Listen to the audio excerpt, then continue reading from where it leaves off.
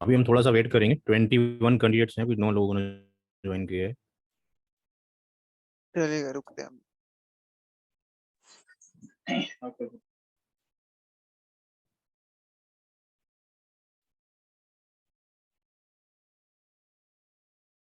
अभी 2 बजे, 1-2 मिनट बाकी हैं।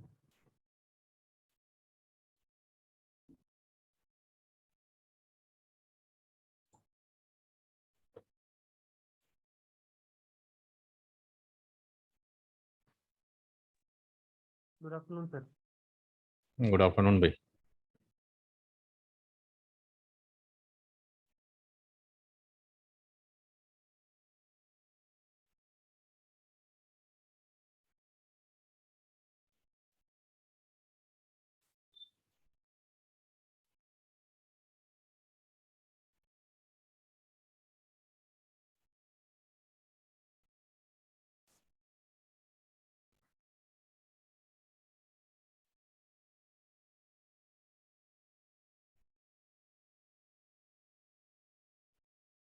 सारे लोगों को वॉइस जा रही है भाई? यस सर, ये तो आ रही है। ठीक ठीक है। हाँ मेरे को सर आ रही है आपकी आवाज। थोड़ा सा इंतजार कर लें, 20-25 लोग, 20-21 लोग हैं, तो अभी 15 लोग हैं थोड़ा। जी जी सर, कोई बात।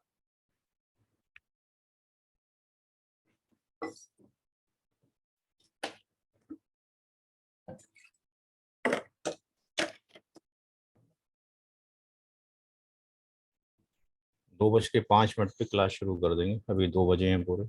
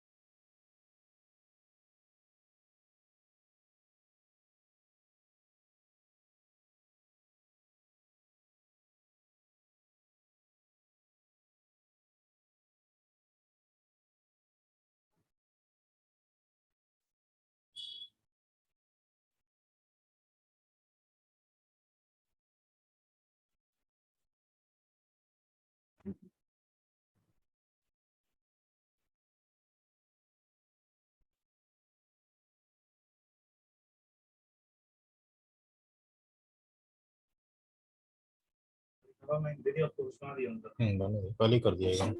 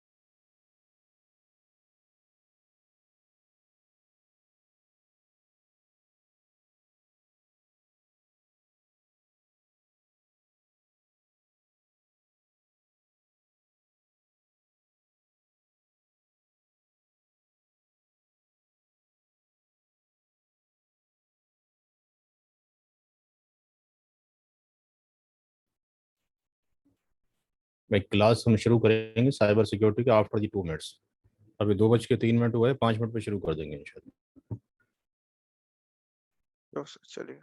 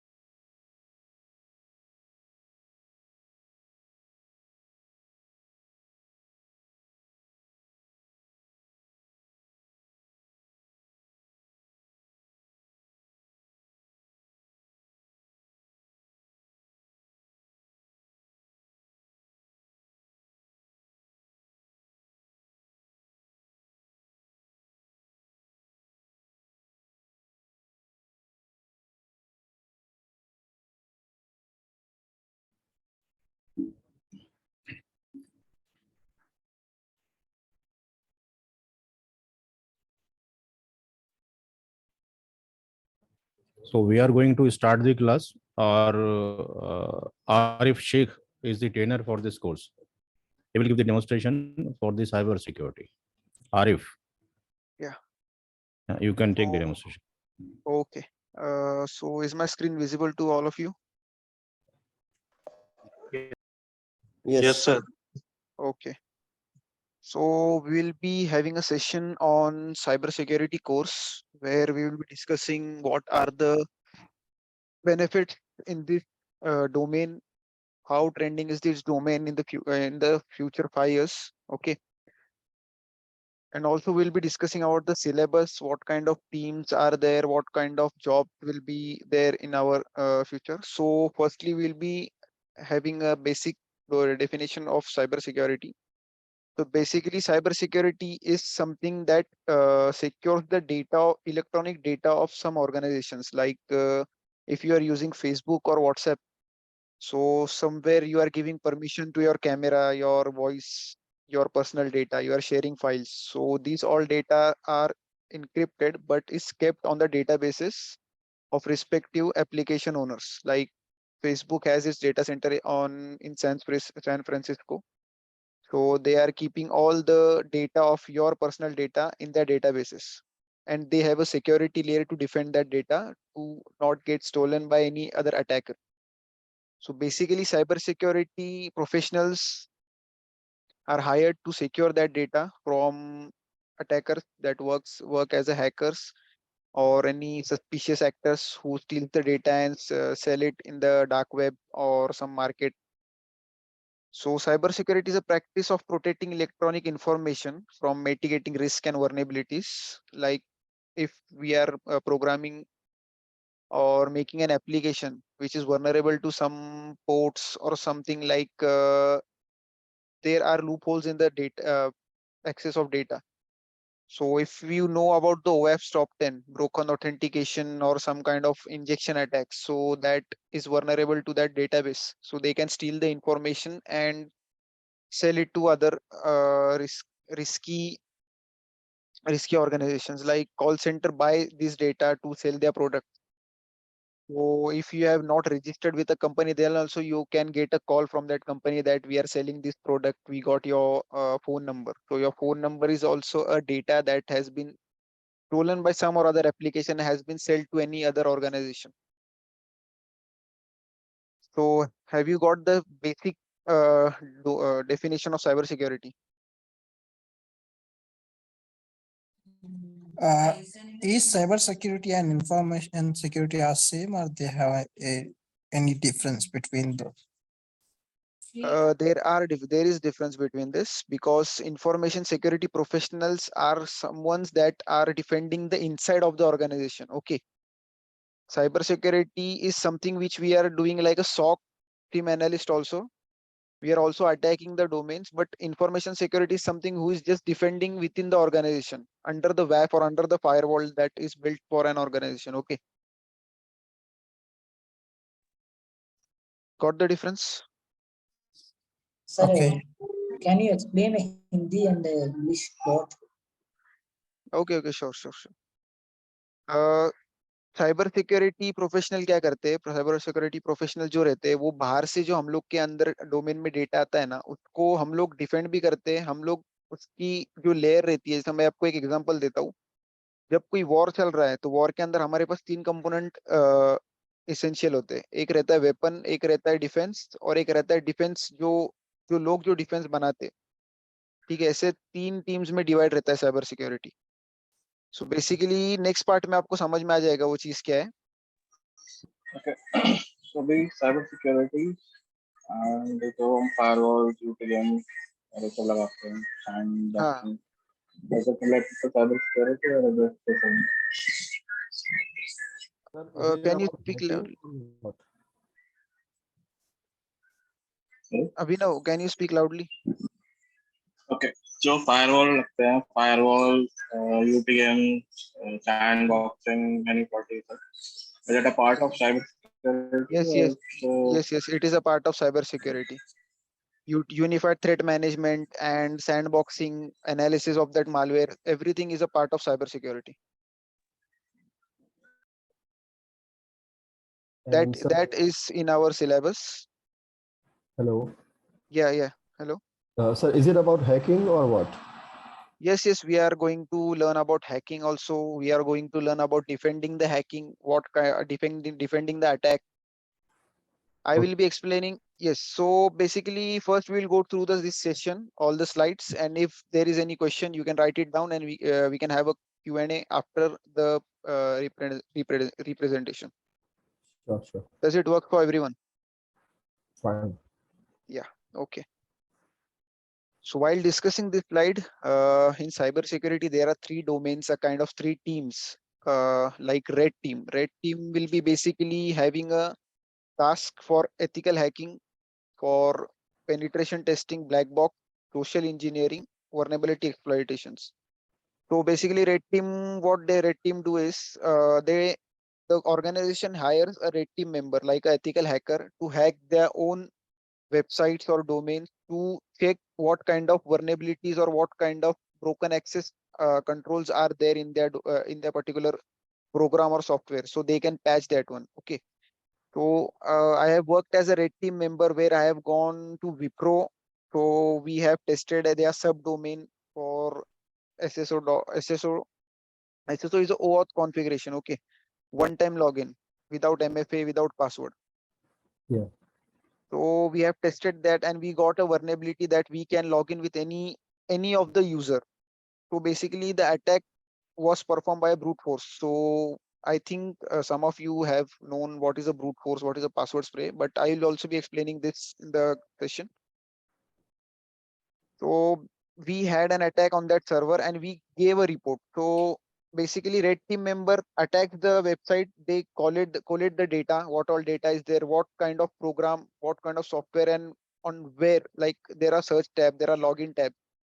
So on which tab or which methodology the attack has been performed and what kind of data was stolen from there. So these kind of reports are presented to the organization and then they give it to their programming team to patch that vulnerability so other attackers cannot exploit that vulnerability and gain the access to the data.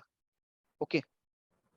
So Abhinav, you got that ethical hacking will be a part of our course in red team. Okay. Sorry to interrupt, Arif. Yes. Just have a question. What is your background in the sense of application member, or you are from network security member? Means which kind of background you have by that you will be explaining this particular course? I am from BAPT also, but basically I work as a SOC member. Okay, so we have different types of domain in our security. For now, I am a team lead, where I am assisting different types of. फिलहाल मैं एक team lead हूँ. Okay, तो team lead में हम लोग के 3 domains हैं, जिसमें हम लोग एक पर्पल टीम, मतलब एक इम्प्लीमेंटेशन टीम रहता है, एक डिफेंडिंग टीम रहता है और एक अटैकिंग टीम रहता है. ठीक है, तो मैंने अटैकिंग टीम के साथ भी काम किया है, जिसमें हम लोगों ने जो हमारे कस्टमर्स रहते हैं उनके डोमेन्स पे अटैक करते हैं हम लोग. डिफरेंट टाइप्स ऑफ अटैक करते हैं, जैसे एसक्यूएल इंजेक्शन, कोई दूसरा टाइप ऑफ अटैक होता है कमांड इंजेक्शन, या फिर डीडॉस वगैरह। वो अगर कोई ऐसे डोमेन पे हम लोग सक्सेसफुल होते हैं तो हम लोग उनको एक रिपोर्ट सबमिट करते हैं इस टीम के बारे में कि हम लोगों ने ये फाइंड किया है, तुम इन लोग इसको पैच कर लो। और ब्लू टीम के साथ भी मैंने काम किया है side by side. Blue team में क्या करते हैं हम लोग, ब्लू टीम में हम लोग दूसरे अटैकर से इस टाइप के सिनेरियोस को डिफेंड करते हैं। तो ऐसा जरूरी नहीं है कि हम लोगों ने एक अटैक से एक चीज फाइंड किया बट दूसरा अटैकर कंटिन्यूसली अटैक करते रहता है, तो उसमें कुछ ना कुछ निकल जाता है वर्नेबिलिटी, तो उसके अंदर हम लोग उसको भी डिफेंड करते रहते हैं एक साइड से। सो लोकेश, जैसा तो आपने पूछा, मैंने एप्लीकेशन टीम के साथ भी काम किया है। आप वेब के बारे में जानते होंगे, वेब एप्लीकेशन फायरवॉल, Yes. ठीक है। हम लोगों ने जो इंफ्रास्ट्रक्चर सिक्योरिटी रहता है फायरवॉल वगैरह, उसके साथ भी काम किया है। जो एंड पॉइंट सिक्योरिटी रहता है जैसा एंटीवायरस हो गया, उनके साथ भी काम किया है। तो बेसिकली इसमें हम आपको सब चीज़ों के बारे में इंफॉर्मेशन दिया जाएगा, जितने भी सिक्योरिटी टूल्स है एप्लीकेशन रिलेटेड या फिर एंड पॉइंट रिलेटेड या इंफ्रास्ट्रक्चर रिलेटेड, सारी चीज़ों के बारे में आपको बताया जाएगा। Okay, thank you. Sorry for interrupting. या नो वरीज। सर हाँ पूछिए ना। हेलो। इसमें नेटवर्किंग का नॉलेज कितना वर्क करेगा, मतलब अगर मान ले किसी को नेटवर्किंग या लिनक्स का नॉलेज है तो वो कितना उसको एफर्ट करेगा, मतलब सीखने में कितना फायदा होगा उसको? आप नेटवर्किंग बैकग्राउंड से हो या फिर आपको मतलब नेटवर्किंग बैकग्राउंड का नॉलेज नहीं है? नहीं, मैं नेटवर्किंग बैकग्राउंड से, मुझे नेटवर्किंग का नॉलेज नहीं, है, कुछ Linux कुछ का उसमें knowledge इशू नहीं है। नहीं, उसमें कुछ इशू नहीं है। आप अगर हम लोग डायरेक्टली स्क्रैच से स्टार्ट करेंगे, जिसमें बेसिक्स नेटवर्किंग जितना सिक्योरिटी रिलेटेड है वो आपको क्लियर कराया जाएगा पहले। है। उसके बाद ही हम लोग दूसरे काइंड ऑफ, और जो नेटवर्किंग से ऑलरेडी है उनको भी रिवाइज किया जाएगा फिर से, कि मतलब जो इंपॉर्टेंट पोर्ट्स लगते हैं, जो सबनेटिंग वगैरह हो गया, जो क्लासेस हो गए आईपीस के, वो सारा हम बताएंगे आप लोगों को जो सिक्योरिटी रिलेटेड है पर्सपेक्टिव, सिक्योरिटी पर्सपेक्टिव से। तो आपको कुछ इसमें वरी करने की जरूरत नहीं है। हम नेटवर्किंग भी क्लियर करेंगे और उसके बाद ही आपका थोड़ा थोड़ा आगे स्टार्ट होगा।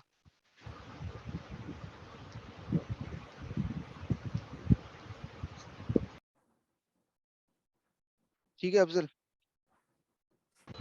या ओके। सर मेरा भी एक क्वेश्चन है। अगर हाँ पूछिए। कोई मतलब अभी मैं जैसे मैं सर्विस डेस्क में हूँ अभी, हाँ तो मतलब 1.5 लेवल का, मतलब 1.5 लेवल टू लेवल 2 का सपोर्ट है, लेकिन मेरा कोई मतलब मैंने पढ़ी है ना नेटवर्किंग, अनवर सर से ही पढ़ी है, लेकिन काफी समय हो गया और मतलब मैं भूल चुका हूँ ऑलमोस्ट जो पढ़ा था, क्योंकि वो हाँ यूज में नहीं ला पाया। तो मतलब एज अ प्री रिक्विजिट इस पर्टिकुलर कोर्स के लिए वो कितना इम्पोर्टेंट है, मतलब अगर जैसे हो सकता है हमारे कई सारे साथी यहाँ पे CCNA या CCNP सर्टिफाइड हो, तो उन इस केस में अगर जैसे मैं अगर कंटिन्यू पूरा कोर्स करता हूँ तो इसमें मेरे को नेटवर्किंग की नॉलेज भी गेन करनी पड़ेगी अगर मेरे को साइबर सिक्योरिटी की कोई जॉब के लिए मैं अप्लाई करता हूँ इन फ्यूचर, या फिर मैं एलिजिबल हो पाऊंगा उसके लिए? हाँ डेफिनेटली आप एलिजिबल हो पाओगे इस कोर्स के बाद में, क्योंकि जितना साइबर सिक्योरिटी के रिलेटेड नेटवर्किंग का कंसेप्ट लगेगा ना, वो सारी चीजें हम लोग इस कोर्स में कवर करेंगे। ज्यादा डीप में नहीं जाएंगे, क्योंकि साइबर सिक्योरिटी में 30 to 40% नेटवर्किंग है, आई एग्री, बट उसमें जितना लगेगा आपको 30 to 40% उतना आपको बताया जाएगा। बाकी 70% जो इंफ्रास्ट्रक्चर वगैरह सिक्योरिटी रिलेटेड रहेगा वो सब रहेगा इसमें। ठीक है, थैंक यू। तो कुछ वरी करने की जरूरत नहीं। अगर कोई नेटवर्किंग से नहीं भी है, कोई फ्रेश आ रहा है कोई, तो उनके लिए भी ये चीज एप्लीकेबल है। Okay, thank you. हाँ यार, हाय। और इसमें विल बी कवरिंग, हम इसमें ब्लू टीम कवर करेंगे, पर्पल टीम या रेड टीम? तीनों भी क्योंकि कवर करेंगे हम लोग इसमें। तो ये जो CCNA साइबर ऑप्स है, इसमें इसका ड्यूरेशन कितना रहेगा? 4 months का रहेगा इसका ड्यूरेशन, वीकेंड बैचेस रहेगी। ओके, तो CCNP साइबर ऑप्स भी आगे इंट्रोड्यूस होगा या फिर यही है फिलहाल? ये चीज के बारे में अनवर सर ही आपको बता पाएंगे। मैं सिर्फ इस कोर्स के रिलेटेड आया हूँ इधर यहाँ पे। ओके, तो ये जो कोर्स है, अभी मान लो कि जैसे हम किसी नेटवर्किंग प्रोफाइल में जॉब कर रहे हैं ऑलरेडी, तो हमारा कोई एक्सपीरियंस भी हो गया 8-10 साल का, हाँ। तो उस हिसाब से हमें नेटवर्किंग में सैलरी मिलती है। लेकिन अगर हम ये साइबर ऑप्स CCNA करके फिर हम साइबर में घुस जाए तो फिर हम जस्टिफाई कर पाएंगे अपना वो सैलरी, क्योंकि ऑब्वियसली बात है वो कम पे तो ज्वाइन करेंगे नहीं करेंगे, जो है उससे ज्यादा ही करेंगे। और उससे ज्यादा पे उस लेवल पे जो इनिशियली शुरू से ही साइबर ऑप्स में बंदा है उसको ऑब्वियसली ज्यादा नॉलेज होगी। हाँ तो हम क्या जस्टिफाई कर पाएंगे अपने आप को कि इस कोर्स के बाद कि हाँ भाई हम 20-25 लाख रुपए हमें दे दो और हम कर सकते हैं वो काम जो बाकी कर रहे हैं, जो इसका उसके मैं लिए और आपको हमें कुछ करना पड़ेगा। नहीं, इसका मैं आपको सिंपल एक एग्जांपल देता हूँ, मेरा खुद का एग्जांपल देता हूँ। मैं मेरी कंपनी में जब मैं ज्वाइन हुआ था, जब मुझे अराउंड में था 19 ईयर्स का, ठीक है, 19 ईयर्स में मैं ज्वाइन हुआ था कंपनी में। तब मेरे साथ में एक 8 से 10 लोग ज्वाइन हुए थे साथ में। तो तब हमारा सैलरी कुछ अराउंड था 2 लाख के आसपास, क्योंकि बेसिकली पहले इतना ज्यादा सैलरी हुआ नहीं करता था किसी का, 2 से 3 लाख के बारे में बीच ही देते थे सबको। तो हम लोग जब ज्वाइन हुए थे तो मैंने जब चीजें ली, मतलब एक एक चीज रहती है कि हम लोग को जो काम दिया गया हम लोगों ने वही किया। एक दूसरी चीज रहती है हम लोग ने वो काम करके एक्स्ट्रा क्या सीखा, एक्स्ट्रा टाइम निकाल के। तो मैं एक ऐसा बंदा था जो एक्स्ट्रा टाइम निकाल के सीखता था उसके अंदर, और जो दूसरे थे वो सिर्फ एक अपना काम करके घर चले जाते थे। तो 1 साल बाद में ऐसा हुआ कि उन लोगों की सैलरी 2 से सिर्फ 3.5 लाख गई, मतलब 1.5 लाख बढ़ी, और मेरी सैलरी 2 लाख से 13 लाख पे गई है 1 साल के बाद। क्योंकि मैंने कंपनी को वो आउटपुट दिया, उनको वो दिखाया मैंने कि मेरे पास इतना नॉलेज है, मैं ये सब कर सकता हूँ। तो वैसा आप लोगों को भी, वो मैंने भी बाहर से ही सीखा, कोर्सेज से ही सीखा है, लेकिन मेरी खुद की भी मेहनत थी उसके अंदर, जो कि मैंने अप्लाई किया, खुद के एफर्ट्स लगाए उसके अंदर, और जब जाके मेरे को वो चीज हासिल हुई। तो ऐसे मैं आपको गारंटी नहीं दे सकता हूँ कि मतलब आपको हाई सैलरी या कुछ ऐसा रहेगा, बट ये अगर इन्फॉर्मेशन आप लेके आप अप्लाई करते हो, आपकी खुद की मेहनत भी करते हो उसके अंदर, कोर्स के बाद में आप सिर्फ को ये 2 घंटे का कोर्स करोगे, घर जाके फिर जैसे दूसरे लोग करते सो जाओगे, तो वैसा होगा नहीं। घर जाके आपको उसको प्रैक्टिस करना है, उसके बारे में पढ़ना है। उसके बाद में आप कुछ सामने वाले को बताओगे तो वो ये करेगा कि अरे हाँ नहीं, इसको भी नॉलेज है, एक्सपीरियंस के साथ में इसने भी नॉलेज लेकर आया है सब, और स्किल्स भी है इसके पास। तो वो कंसिडर करता है आपको एज अ हायर लेवल पे। समझ गए आप मेरी ओके, बात? या हाँ जी। तो इसमें हम तो प्रैक्टिकल्स कैसे करेंगे, टूल्स एक तो हाँ, टूल्स ओपन। वगैरह सब सब टूल्स के बारे में आपको मैं बताऊंगा इसके अंदर। प्रैक्टिकली आप लोगों को भी करना होगा, मैं भी आपको स्क्रीन पे बताऊंगा प्रैक्टिकली कैसे करना है। रेड टीम के रिलेटेड सारे टूल्स आपको दिए जाएंगे, सारे टूल्स के बारे में इंफॉर्मेशन, स्टेप्स वगैरह सब सब दिखाया जाएगा आपको, और आपको परफॉर्म भी कराया जाएगा वो चीज से। और okay, I thank think you. Detail syllabus का भी सर आपको भेज देंगे। डिटेल सिलेबस मैंने तीनों टीम्स के, मतलब ये कोर्स है जिसमें हम लोगों ने 3 सेक्टर में डिवाइड किया है इसको, red team, blue team and purple team. तो मैंने ये डिटेल्स भी कोर्स के से मतलब जो डिटेल्स थे वो मैंने शेयर किए हैं, सर आपको भेज देंगे वो सारे लोगों को। Okay, thank you. हाँ तो तो सर ये हाँ, डेली डेली क्लासेस होंगी, ऑनलाइन होंगी सर, या सेंटर पे क्लासेस होंगी? ये ऑनलाइन होंगे क्लासेस, वीकेंड पे होंगे। कितनी आवर्स की होगी सर क्लास? 2 आवर्स का क्लास होगा, वी सैटरडे संडे, 2 2 आवर्स। अच्छा, क्योंकि एक्चुअली ऑफिस भी होता है, तो may be Saturday Sunday he possible हो पाता है। हाँ, वही उसकी वजह से ये वीकेंड पे रखा है, तो सब लोग के लिए अच्छा रहेगा वो। जी जी। ठीक सर है एक बार विक्रांत, पूरा और कंप्लीट कर दीजिए, उसके बाद हम लोग पूछ लेंगे।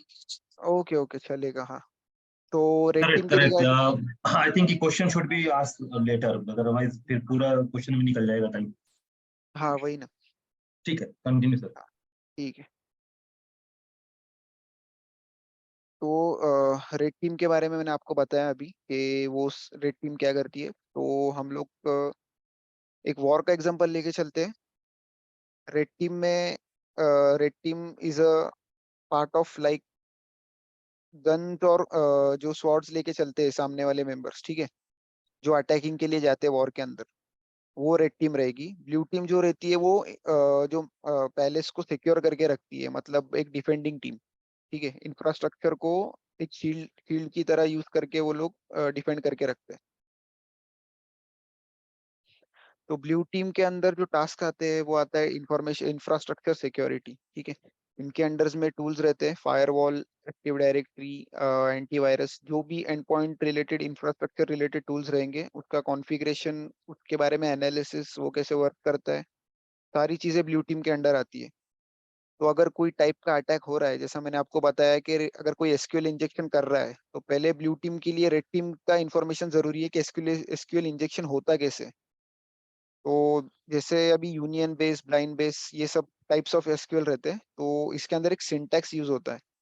तो अगर वो ब्लू टीम को पता रहेगा कि ये सिंटैक्स कोई हैकर मेरे सर्वर पे मार रहा है, तो वो मॉनिटरिंग में वो चीज को पकड़ के उस पर्टिकुलर हैकर को अवॉइड कर सकते हैं वहां से। तो ब्लू टीम का यही काम काम रहता है कि इंसिडेंट रिस्पॉन्स करना। पहले तो वो लोग सारे, उनको उनके लिए सारे सिक्योरिटी रिलेटेड जो टूल्स हैं उनकी इंफॉर्मेशन इंपॉर्टेंट है, कैसे वर्क करता है, कौन सा टूल क्या इंफॉर्मेशन देता है। सेकेंडली, इंसिडेंट रिस्पॉन्स उनके अंडर आना चाहिए कि अगर कोई टाइप का अटैक होता है तो वो टाइप का वो अटैक क्या है, उसका रेमिडिएशन कैसे होगा, मतलब उसको डिफेंड कैसे कर पाएंगे हम लोग फर्दर इन फ्यूचर। ये सारी चीजें इंसिडेंट रिस्पॉन्स के अंदर आती है। ऑपरेशनल सिक्योरिटी में कस्टमर जैसे हम लोगों को बोलता है कि हम लोगों को लॉग इन लॉग आउट या कोई ऐसे चीज़ों के इवेंट्स का रिपोर्ट चाहिए। जैसे अभी एक मेंबर है जो कि बार बार लॉग इन कर रहा है, तो कोई इनसाइडर थ्रेड भी रह सकता है। जैसा हमारे ही ऑर्गेनाइजेशन के अंदर का मेंबर कोई दूसरे ऑर्गेनाइजेशन को डेटा बेच रहा होगा या कुछ। तो डिफरेंट टाइप्स ऑफ टेक्नोलॉजी से हम लोग इसको डिफेंड करते हैं।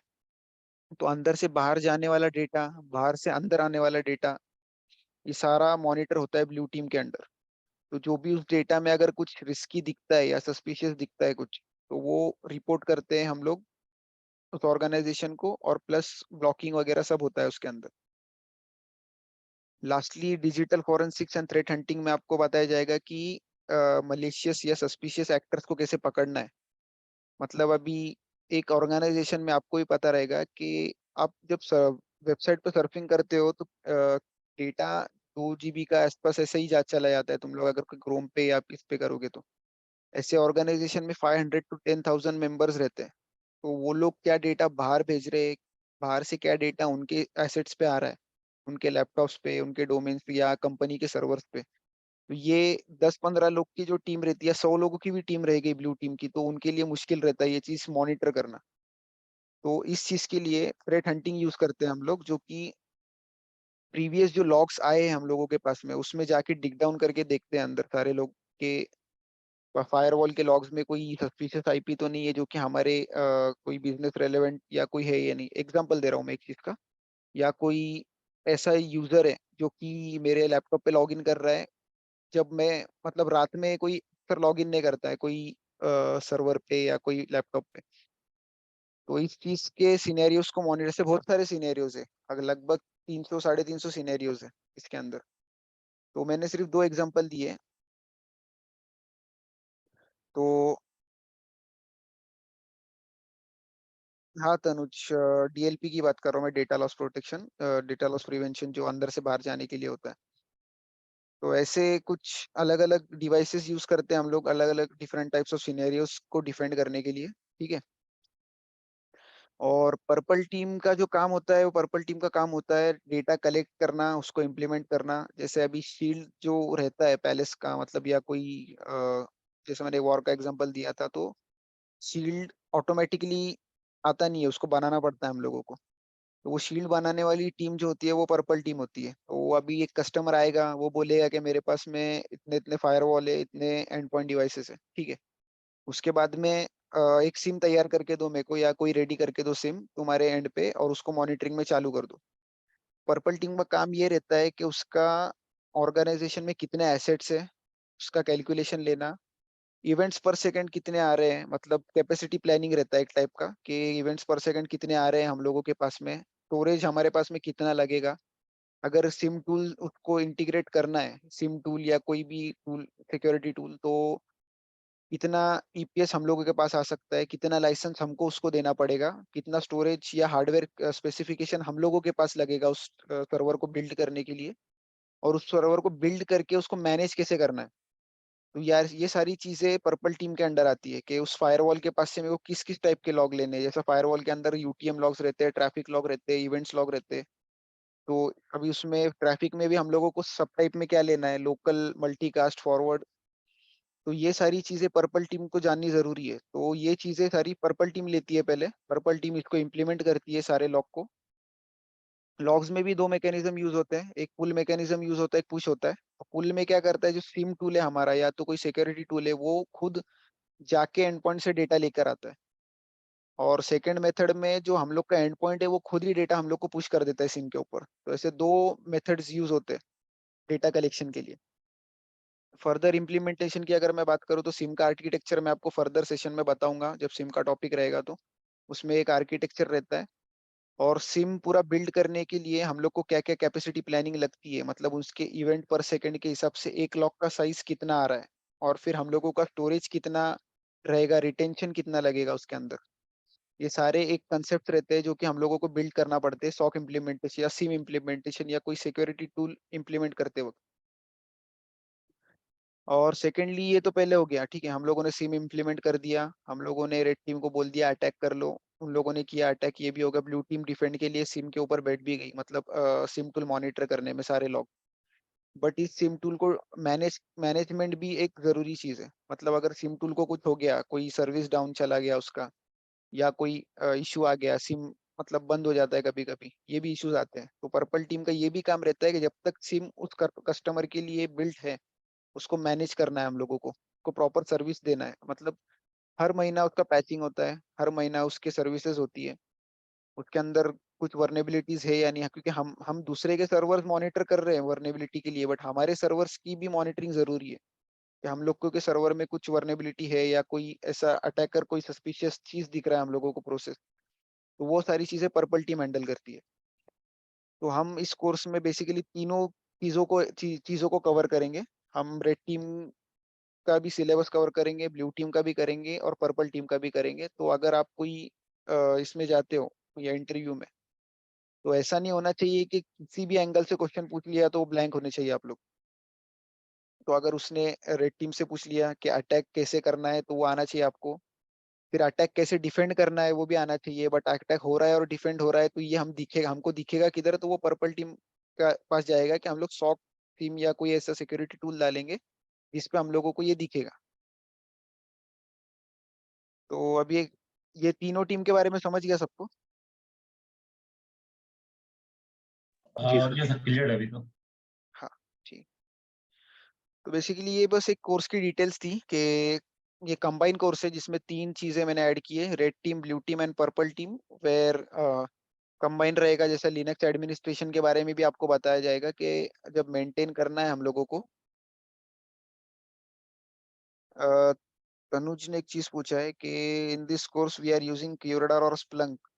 बेसिकली तनुज, जो सिम रहता है ना, वो सिम का टेक्नोलॉजी अलग अलग नहीं रहता है, सिम का बैकग्राउंड आपको दिया जाएगा सब। जो जीयूआई है वही बदलता है। क्यूराडार है वो डायरेक्टली जीयूआई बेस्ड है, बाकी स्प्लंक क्वेरी बेस्ड है। तो आप लोगों को सिम के बारे में सब बताया जाएगा कि सिम कौन सा क्वेरी बेस्ड रहता है, कौन सा जीयूआई बेस्ड रहता है, और उसका आर्किटेक्चर क्या है और बैकग्राउंड क्या है।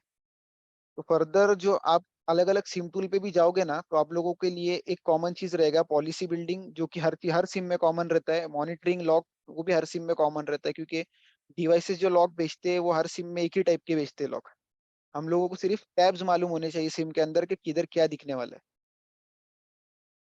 तो ये एक शॉर्टकट तरीका है। मैं आप लोगों को बोलूंगा कि मैंने अभी तक 7 to 8 सिम टूल्स पे काम किया है। मैं सारी सिम टूल्स के बारे में आपको बताऊंगा, बट ऐसा नहीं रहेगा कि हम लोग उस टीम के टूल के ऊपर काम करने वाले। हम आपको एक कॉमनली सिम टूल के बारे में सारा चीजें बताएंगे, तो आपका सिम टूल कोई भी रहने दो, आप उसके ऊपर परफेक्टली वर्क कर पाओगे।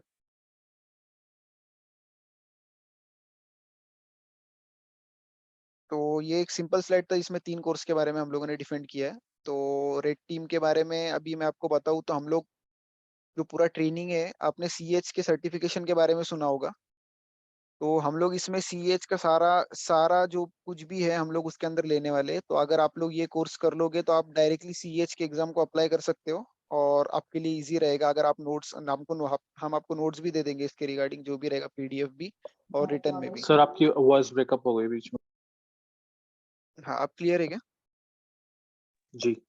हाँ, तो मैं ये कह रहा था कि रेड टीम जो ऑफेंसिव कोर्स है हम लोगों का, उसमें कोर्स डिटेल ऐसा रहेगा कि हम लोग सीएच की ट्रेनिंग भी उसके अंदर कवर कर रहे हैं विद एक्स्ट्रा पार्ट्स जो भी रहेगा। तो अगर आप लोगों को सीएच का सर्टिफिकेट चाहिए तो ट्रेनिंग इसी में हो जाएगा आपका। आपको सिर्फ सीएच के एग्जाम के लिए अप्लाई करना है और आपको एग्जाम देना है। वो एक 135 क्वेश्चंस रहते हैं उसके अंदर, वो एग्जाम आप दे दोगे तो सर्टिफिकेट आपको मिलता है उसका।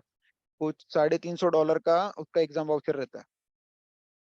और जो भी ऑर्गेनाइजेशन है वो 20 से 25 हजार सिर्फ ट्रेनिंग फीस लेते हैं सीएच की ट्रेनिंग के लिए। तो इसमें रेड टीम के इसमें हम लोगों ने सीएच रखा है, पेनिट्रेशन टेस्टिंग, सोशल इंजीनियरिंग रखा है, टाइप्स ऑफ अटैक्स जैसे मैंने आपको बताया अभी इसके पहले भी कि टाइप्स ऑफ अटैक्स में डिफरेंट टाइप्स ऑफ अटैक आते हैं। वो स्टेजेस के ऊपर डिपेंड रहता है एप्लीकेशन लेयर के आपके। सिस्टम हैकिंग, ये प्रैक्टिकली आपको करके दिखाया जाएगा कि कोई सिस्टम को कैसे हैक करना है, उसके अंदर का डेटा कैसे स्टील करना है आपको, जो कि मतलब दूसरे अटैकर्स करते हैं बाहर से अंदर आने के बाद में। तो अगर आप वो अटैक को परफॉर्म करोगे तो आपको समझ में आएगा कि इसको डिफेंड मुझे किधर किधर करना है, मतलब कहाँ कहाँ पे हम लोग एक डिफेंसिव लेयर लगा सकते हैं इसको। लास्टली आपको मोबाइल की हैकिंग रिलेटेड भी दिखाया जाएगा सब।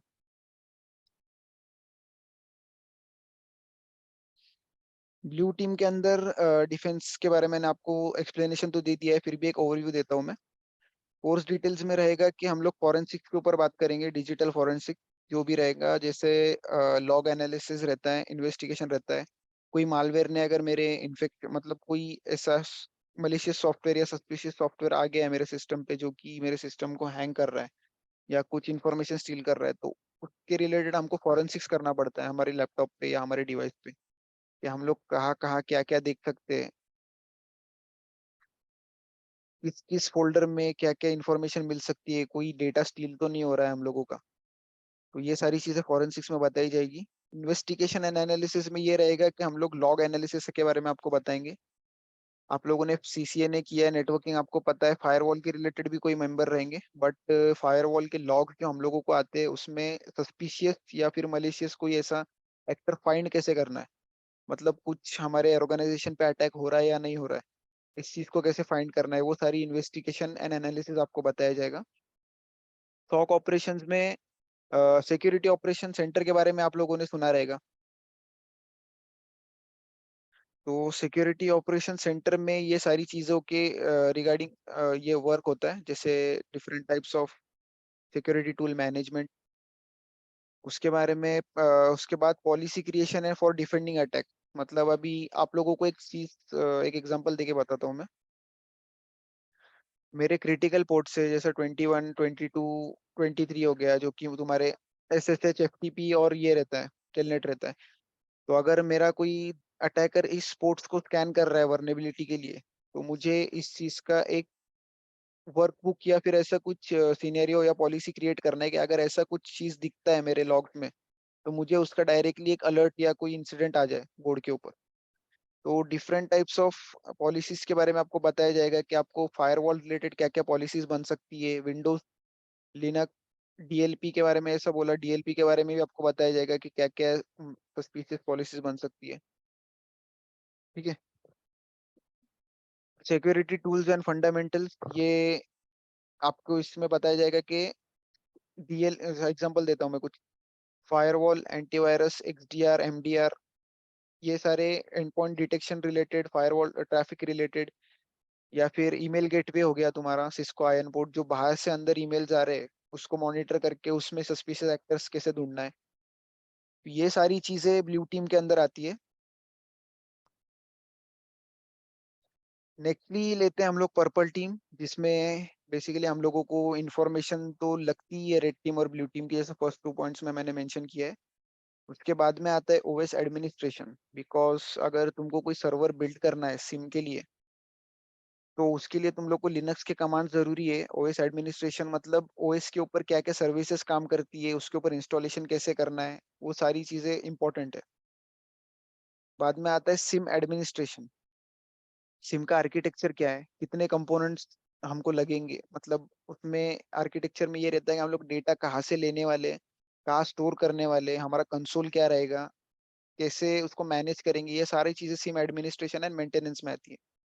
कैपेसिटी प्लानिंग जैसे मैंने आपको पहले बताया कि स्टोरेज पॉइंट ऑफ व्यू से या फिर इवेंट्स जो हम लोगों को आ रहे हैं उसके पॉइंट ऑफ व्यू से कैसे हम लोग स्पेसिफिकेशन, हार्डवेयर स्पेसिफिकेशन या स्टोरेज स्पेसिफिकेशन मेंटेन कर सकते हैं, ये सारी चीजें कैपेसिटी प्लानिंग में आती है। उसके बाद में सॉक रिस्पॉन्सिबिलिटीज, ये एक चीज है जहाँ पे हम लोग क्योंकि ब्लू टीम मेंबर और रेड टीम मेंबर चेंज होते रहते हैं, उसमें ऐसा है कि किसी को ज्यादा आएगा किसी को कम आएगा, बट सॉक रिस्पॉन्सिबिलिटी ये पर्पल टीम में ऐसा रहता है कि सिम एडमिनिस्ट्रेटर, अगर सिम ही बैठ गया तुम्हारा तो पूरा सिक्योरिटी के ऊपर अफेक्ट पड़ सकता है, क्योंकि तुम लोग के पास मॉनिटरिंग के लिए कोई टूल रहेगा ही नहीं। तो इसके लिए सॉक की जो रिस्पॉन्सिबिलिटीज है वो सारी इंफॉर्मेशन आपको इसमें दी जाएगी। सो पीपीटी में इतना ही था आज के लिए। किसी का कुछ क्वेश्चन रहेगा तो आप लोग पूछ सकते हो। सर वो जैसे डॉकर हो गया, क्यूबरनेटीज हो गया, ये सब भी इसमें कवर किया जाएगा क्या? कुबरनेटीज आपके क्लाउड सिक्योरिटी में आता है ये हाँ, तो अच्छा, मतलब इसमें हाँ क्लाउड सिक्योरिटी का भी आपके पास कंसेप्ट आएगा जिसमें आप लोगों को हाँ, रेड टीम और ब्लू टीम दोनों के बारे में दिखा जाएगा कि एक्सप्लॉइट भी कैसे करना है और डिफेंड भी कैसे करना है। तो आपको EC2 बताया जाएगा, VPC बताया जाएगा, S3 बकेट्स के बारे में भी बताया जाएगा और प्लस तो मतलब कुबरनेटीज जो करता है वो। हाँ, जैसे बीबीसी में हम लोग क्रिएट करें तो उसे सिक्योर कैसे करना है, EC2 कैसे सिक्योर होगा, रॉड हाँ 53 हाँ हो हाँ गए, ये सब है ना, ये सब। यस सब आपको क्लाउड सिक्योरिटी में आ जाएगा वो चीज। इसमें सर लैंग्वेज, प्रोग्राम लैंग्वेज भी होगी क्या कोई, लाइक पाइथन और सब? अगर आपको सोर के अंदर जाना है ऑटोमेशन के अंदर तो ही पाइथन यूज होगा। बाकी I don't think so SOC में बैश लैंग्वेज मतलब लिनक्स एडमिनिस्ट्रेशन की जो लैंग्वेज है उसके अलावा कोई चीज यूज होगा फिलहाल में। शेल नहीं होगा ना इसमें, तो बस सेल एंड बैश हाँ सेल एंड ऑटोमेशन के बैश लिए। यूज होगा, राइट। नहीं, ऑटोमेशन के लिए पाइथन यूज होता है, वो अलग अलग सोर एक अलग सिम से अलग एक ये चीज है, वो एक्सप्लेनेशन भी आपको दूंगा सोर का मैं इसके अंदर। बट जो आपका बेसिक जो रहेगा सिम एडमिनिस्ट्रेशन या इन्वेस्टिगेशन पार्ट उसके अंदर आपको बैश या फिर शेल लैंग्वेज कंपलसरी है। तो सर सिम का एडवांसमेंट स्प्लंक है या both are different thing? SIEM एक सिम ही स्प्लंक एक सिम है। Security event and incident management एक मतलब ये क्या बोलते हैं उसको, सिम एक टेक्नोलॉजी है जिसमें अलग अलग वेंडर्स है, जिसमें स्प्लंक आता है, क्यूराडार आता है और आर्कसाइट आता है, लॉगरिदम आता है, ऐसे डिफरेंट डिफरेंट मतलब एक सिम एक ये रहता है प्रोग्राम है जिसको अपने अपने वेंडर्स ने अपना अपना नाम दे दिया है और अपने अपने प्रोजेक्ट बना लिए उसको। जैसे तुम लोग टेलीग्राम पे भी चैट करते हो, वीडियो शेयर करते हो, बस व्हाट्सएप पे भी चैट करते हो, वीडियो शेयर करते हो, बट दोनों के नाम अलग है, एप्लीकेशन अलग है, कंसेप्ट वही है, बैकग्राउंड में वही चल रहा है। तो ऐसा ये लोग ने अपना अपना बना लिया है सब लोगों ने। So what about YML? YML के बारे में आई थिंक इसमें नहीं रहेगा आप लोगों को YML के बारे में, क्योंकि वो आपको एक्सट्रैक्टर बिल्डिंग में या फिर कोई प्रोग्रामिंग कंसेप्ट में ही लगता है। तो डॉकर कंपोज में होता है शायद, तो डिफरेंट फील्ड हो जाता है। हाँ वही डॉकर कंपोज में होता है, बट उसके अंदर अगला पैकेजेस आप लोगों को सिम के ऑलरेडी मिलते हैं वेंडर से, जो आपको अपग्रेड करना होता है जब भी आप लोगों को YML में कुछ एडिट करना होगा। Sir, next question. What about operating system? Windows और Linux पढ़ाएंगे और या Mac OS भी रहेगा इसमें? नहीं विंडोज और लिनक्स ही रहेगा, मैक ओएस के ऊपर आई थिंक अभी तक तो कोई काम मतलब कोई सिम या कोई चीज वर्क नहीं करता है। मेजोरिटी 98% लिनक्स पे है आजकल पूरा वर्ल्ड, और मैक ओएस पे 1% ही है और 2% जो बचता है वो विंडोज के ऊपर है। Okay. ब्रॉडली लिनक्स ही यूज होता है और लिनक्स पे ही दिखाया जाएगा ज्यादा। सर इसमें जब जॉब के लिए हम अप्लाई करेंगे, क्या इसमें एक्सपीरियंस की जरूरत होगी या दिस कोर्स इज इनफ और this certificate is enough? CH certificate is enough for this? I think training भी इनफ रहती है, सर्टिफिकेट की भी जरूरत नहीं है, क्योंकि मैंने भी जब ज्वाइन किया था, मैं तो एक्चुअली डिप्लोमा होल्डर था, मैंने डिग्री भी नहीं की थी। मेरे पास सिर्फ नॉलेज था, मेरे पास स्किल्स थे ना, तो मेरे पास एक्सपीरियंस था ना सर्टिफिकेशन था। मैं सिर्फ गया इंटरव्यू को उनको एक्सप्लेन किया, मेरे स्किल्स बताए, मेरा नॉलेज बताया, वो लोगों ने मेरे को सिलेक्ट कर लिया। So sir, currently we have jobs in Delhi NCR, or what is the scenario right now? I think in India there are various jobs, but we are not getting a perfect professionals for cyber security. Even I am hiring for that.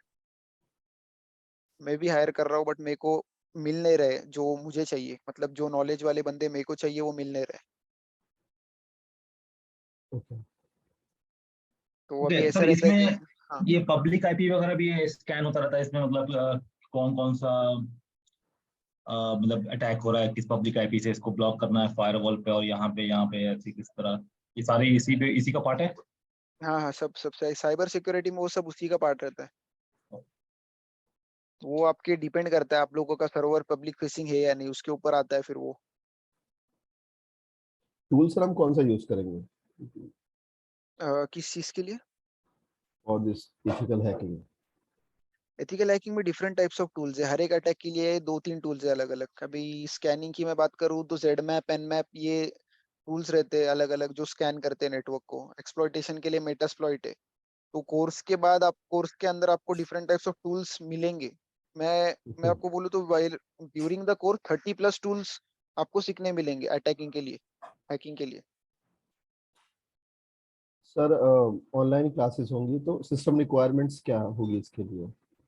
System requirements अगर आपका हम्म, normal आपका 4 GB RAM वाला भी अगर laptop रहेगा ना, तो Linux के लिए इतना नहीं लगता है। 4 GB रैम भी रहेगा नॉर्मल तो उसमें भी हो जाएगा आपका। ओके। या तो मैं आपको एक चीज दे दूंगा, बूटेबल ओएस के बारे में आप लोगों ने सुना होगा। हाँ, तो नहीं बूटेबल सर। ओएस में, हाँ बूटेबल ओएस क्या करता है, एक पेन ड्राइव ले लो आप लोग, सिर्फ एक 16 GB का। इसके अंदर मैं आप लोगों को सिखाऊंगा कि बूटेबल ओएस कैसे कॉन्फ़िगर करना है। तो आप लोगों को बस एक पेन ड्राइव लगाना है। आप लोग F12 दबाओगे तो उसमें बूट करना है आप लोगों को वो पेन ड्राइव से, ना कि आपकी विंडोज सिस्टम या जो भी सिस्टम रहेगा। वो डायरेक्टली आपको एक हैकिंग सिस्टम पे या फिर काली लिनक्स पे लेके जाएगा। तो आप उस पे जो भी आपको परफॉर्म करना है वो कर सकते हो। पेन ड्राइव निकाल दिया, अपना नॉर्मल अपना जो लैपटॉप है विंडोज का वही यूज होता है फिर पेन ड्राइव निकालने के बाद। Okay okay. हाँ, तो ये भी कर सकते हैं हम लोग। अगर आपको ऑपरेटिंग सिस्टम चेंज नहीं करना है तो फिर हम लोग ये बूटेबल ओएस का कंसेप्ट यूज कर सकते हैं। सर जैसे अभी हमारी नॉन नेटवर्किंग फील्ड है और इस कोर्स को करने के बाद क्या जॉब लग सकती है, क्या क्या प्रोसीजर है उसका? देखो वही एग्जांपल मैंने आपको दिया था अभी कि मैं डिप्लोमा होल्डर था मैकेनिकल से, ठीक है। ओके मैंने सिर्फ नॉलेज, मतलब मेरा ऐसा था कि मैं इस फील्ड में इंटरेस्टेड था। मैं नॉर्मली पहले ये करता था, मतलब सिक्योरिटी रिलेटेड मैं खुद से सर्च करके पढ़ता था। उसके बाद मैंने एक कोर्स ज्वाइन किया जिसका मैंने सिर्फ ट्रेनिंग लिया, CH कोर्स का सिर्फ मैंने ट्रेनिंग लिया। और उसके बाद में मैंने एक इंटरव्यू के लिए अप्लाई किया, तो उधर जाके इंटरव्यू दिया और मैं सिलेक्ट हो गया उसके अंदर, क्योंकि मेरे पास उतना नॉलेज और स्किल्स था कि मैंने सीखा था वो चीजों को।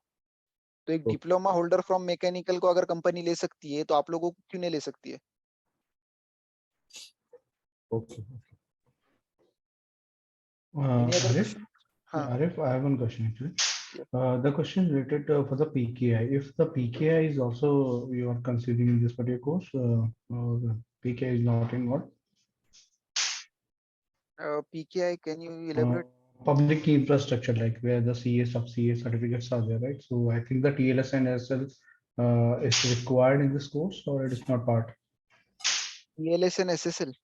Yeah, TLS, SL, STDPS, right? We use Yes, yes, yes, it is a part of networking which will अगर आप वो be करते हो ना पेन टेस्ट, तो उसमें ये काइंड ऑफ वल्नरेबिलिटी तो होती है कि आपका सर्टिफिकेट वैलिड नहीं, तो उसी की रिगार्डिंग बात कर रहे हैं। हाँ, वो Yes, नेटवर्किंग yes. में क्लियर हो जाएगा आपका, ठीक है। पेन टेस्ट का ऑप्शन है ये। आप पुणे से? हेलो, आवाज नहीं है आपकी। सर पुणे से आप हैं? अच्छा, मेरी बात कर रहे हो आप? हाँ जी, हाँ जी। हाँ नहीं, मैं मुंबई से हूँ। ओके, नहीं अभी करंटली जॉब पुणे में कर रहे हैं? हाँ हाँ, करंटली मेरा वैरी ओके ओके करता है, एक्चुअली मेरा वैरी करता है वर्क, मतलब इसके ऊपर मैं दिल्ली भी आता हूँ कभी कभी, तो वो वैरी करता है कस्टमर्स के ऊपर कहाँ पे जाना है। सर 4 मंथ का कोर्स होगा और वीकेंड्स पे क्लास होगी और 2 आवर्स की यस, क्लास होगी ऑनलाइन, करेक्ट? Right right. तो सर कब से स्टार्ट कर रहे हैं? ये आपको ग्रुप पे आ जाएगा।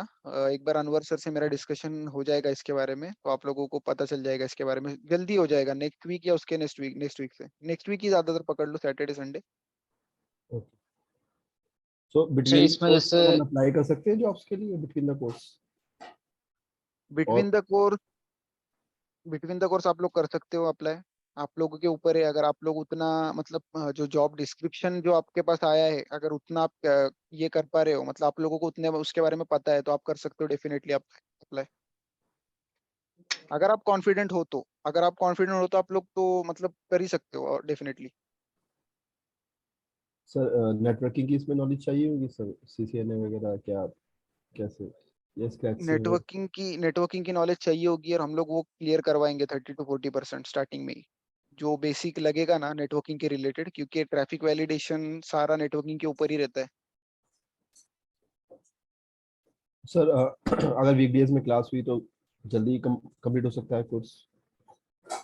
हाँ, हो सकता है वीकडेज में क्लास हुई तो, बट वीकेंड पे ही सारे लोगों के लिए फिजिबल रहेगा ना, क्योंकि मैं भी वर्क करता हूँ, ओके तो वीकेंड पे दूसरे भी वर्क करते हैं। ओके। आई अनवर बोल रहा हूँ, आई थिंक इट्स ओके, इतना डिस्कशन काफी है जितना हो गया। हाँ। सिलेबस को एक्सप्लोर कर दिया गया है, और जो इन डेप्थ सिलेबस है वो भी हमने ग्रुप में सेंड कर दिया है। Okay okay. अगर इन डेप्थ सिलेबस किसी को ना मिला हो तो वो रिक्वेस्ट कर सकते हैं वो आमिर सर पे 9910 पे दोबारा से, आई थिंक उसको भेज दिया गया है। मैं नंबर यहाँ पे लिख देता हूँ, उस पे आप जो लोग न्यू हैं उसको, ये स्क्रीन आई थिंक डिस्प्ले हो रहा होगा, 9910111641, ये डिस्प्ले हो रहा है आपको नंबर? जी सर। जी, आमिर सर को कांटेक्ट कर लीजिए इस नंबर के ऊपर, you can get the syllabus and all the details of the course, ठीक है? और सर इसमें रिकॉर्डिंग टेक्स्ट सेशन भी मिला करेंगे? जी, रिकॉर्डिंग सेशन हो रहा है, ये इसको क्लाउड में डाल दिया जाएगा, 24/7 आपके पास ये इसका एक्सेस रहेगा। और Any सर question? हेलो जी सर, मैं और ये पूछ रहा था, जैसे जो प्रैक्टिकल वगैरह होता है, जैसे हमारी जैसे क्लास हो गई और सर ने भी हमें बता दिया, जैसे कोई भी हैकिंग का कोई भी टॉपिक है, जैसे उसकी हमें कैसे कैसे हैक करना है, जी जी क्या कमांड करानी है, या कैसे वो फिर उसी जो 24/7 की जो हमें वो एक्सेस मिलेगा, उसमें कोई टूल्स वगैरह ऐसे होंगे जिसमें हम जैसे प्रैक्टिस कर लें, या जैसे अभी ये अभी चीज? अभी अभी मिस्टर आरिफ ने बताया, जो कि अभी सेशन ले रहे थे आपका, कि ड्यूरिंग द क्लास में टूल्स के बारे में भी सारा बताया जाएगा, टूल्स को ऑपरेट कैसे करना है ये भी बताया जाएगा, and everything will be recorded in the video. कोई इशू होगा तो नेक्स्ट टर्न पर जब वो आपके पास कोई इशू है तो यू कैन नोट डाउन, कि आपके पास इशू को नोट कर लेंगे, वो हम क्लास से पहले डिस्कशन कर पाएंगे, कोई दिक्कत की बात नहीं है। क्योंकि आपने हर एक बंदे ने अपने अपने डिवाइस के अंदर ही टूल को इंस्टॉल करना है, ना कि सेंट्रलाइज पे करना है। जी उसके लिए अभी बताया सर ने कि आपको किस तरह का लैपटॉप होना चाहिए, क्या उसके अंदर ओएस होना चाहिए, वो सारी चीज़ें डिस्कशन हो चुकी हैं। और ये भी बार बार डिस्कशन कर दिया गया कि क्या जॉब मिलेगी नहीं मिलेगी। इससे अच्छा एग्जाम्पल हो नहीं सकता है कि एक कैंडिडेट मैकेनिकल से आया हो और उसने सिक्योरिटी में जाने के बाद सीएच सीखा हो, और उसके बाद उसकी सैलरी 2 लाख से लेके 13 लाख हो गई हो जब ज्वाइन किया हो 1 साल के अंदर। It's a kind of miracle. आप मेहनत करेंगे तो कुछ पाएंगे, अदरवाइज बिना मेहनत के तो पॉसिबिलिटी नहीं है, जी सर। ठीक है ना? हम केवल जो है इग्नाइट कर सकते हैं आपको, उसको कितनी बड़ी आग बनाना है वो आपका काम है ना, ठीक है? जी जी आई थिंक ये सेशन ओवर करते हैं। जिनको क्लास ज्वाइन करना हो, ये नंबर लिख दिया गया है 9910111641, you can contact to the Aamir sir. Batch कल से भी शुरू हो सकता है, सैटरडे संडे ही टाइमिंग बैच करेगा, और दूसरा टाइम अवेलेबल अभी फिलहाल नहीं है। तो you can contact to the Aamir sir on this number. क्या मोड ऑफ द पेमेंट्स रहेंगे वो डिस्कशन कर लीजिए, बाकी सेशन जो होगा वो ऑनलाइन ही सेशन होगा, ठीक है? तो we thanks to all of you. आज का सेशन इतने पे फिनिश करते हैं। Thank you sir, thank you so sir, much. Thank you sir, thank you so much. Thank you sir.